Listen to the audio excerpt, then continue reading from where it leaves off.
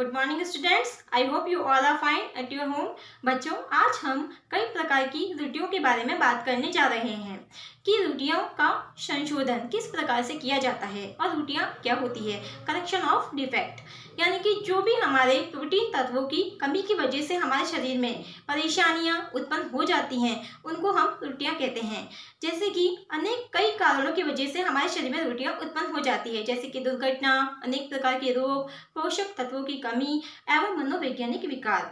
तो बच्चों, हमें इन त्रुटियों को ध्यान देने की बहुत ही ज़्यादा आवश्यक है।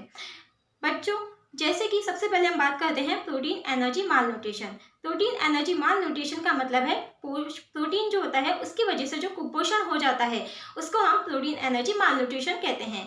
अब यह मुख्य रूप से दो प्रकार का होता है, जैसे कि क्वेशरकर और दूसरा है मेलास्मस। क्वेशरकर जो होता है बच्चों, यह मुख्य रूप से प्रोटीन की कमी की वजह से उत्पन्न हो जाता है। इसके अंदर सबसे पहले भूख नहीं लगती है, चिड़चिड़ापन आ जाता है, वजन में कमी हो जाती है और वसा से भी बहुत ज़्यादा कमी हमारे शरीर में महसूस होने लग जाती है।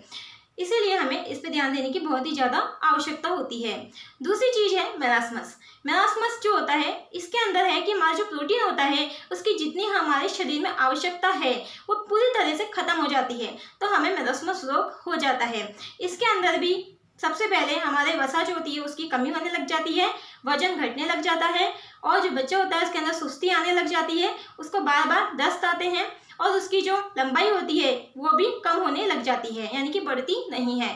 तो इसीलिए ये दोनों ही रोग जो होते हैं बहुत ही खतरनाक होते हैं, तो हमें इन पे ध्यान देने की आवश्यकता है। उसके बाद अब इसके अंदर जो इसका संशोधन किया जाता है, यानी कि जो इसका उपाय होता है, इसके अंदर उसको विशेष प्रोटीन आहार डाइट दी जाती है। 400 से 600 किलो कैलोरी की प्रोटीन युक्त उसको डाइट दी जाती है। उसके आहार में हर तरह से प्रोटीन को शामिल किया जाता है, तो यह सही हो जाता है। उसके बाद हम बात कर लेते हैं सूक्ष्म पोषण कुपोषण। सूक्ष्म पोषण कुपोषण का मतलब होता है विटामिन की कमी से जो हमारे शरीर में कुपोषणता छा जाती है, तो उसे हम सूक्ष्म पोषण कुपोषण कहते हैं। जैसे कि विटामिन ए की कमी से रात्रि अंधता हमारी छा जाती है, यानी कि रात में हमको कम दिखाई देता है। विटामिन ए यानी कि रेटिनॉल, और इसकी कमी से हमको मेन प्रॉब्लम होती है रात में दिखना कम हो जाता है और कई बच्चों की तो आंखों में रोशनी भी धीरे धीरे कम होने लग जाती है। दूसरी चीज़ है विटामिन डी। विटामिन डी यानी कि कैल्सीफेरॉल। कैल्सीफेरॉल जो होता है इसकी कमी से हमारे शरीर में हड्डियां जो होती हैं ये कमजोर होने लग जाती है, इनमें भंगुरता छा जाती है और यह हड्डियां जो होती हैं इनमें हमेशा दर्द महसूस हमें होता रहता है। इसीलिए हमें विटामिन डी जो होता है इसको अपने डाइट में अवश्य ही इसका सेवन करना चाहिए। विटामिन ई जो होता है इसकी कमी से भी हमारे शरीर में कई प्रकार के रक्त संबंधित रोग हो जाते हैं और विशेष रूप से महिलाओं में इसकी कमी से कई प्रकार के प्रभाव दिखते हैं। विटामिन के जो होता है इसकी कमी से हमारे शरीर में जो क्लॉटिंग फैक्टर जो होते हैं, ब्लड के क्लॉट का जो समय होता है वो इंक्रीज होने लग जाता है, तो हमें इसका भी ध्यान रखना चाहिए। विटामिन बी होता है, इसकी कमी से हमारे शरीर में बेरी रोग हो जाता है। विटामिन बी2 की कमी से हमारे शरीर में आंखों के अंदर जलन और त्वचा में कई प्रकार के रोग भी हो जाते हैं। विटामिन सी की कमी से हमारे जो मसूड़े होते हैं उनमें खून आना और मुंह से संबंधित कई प्रकार के रोग हो जाते हैं।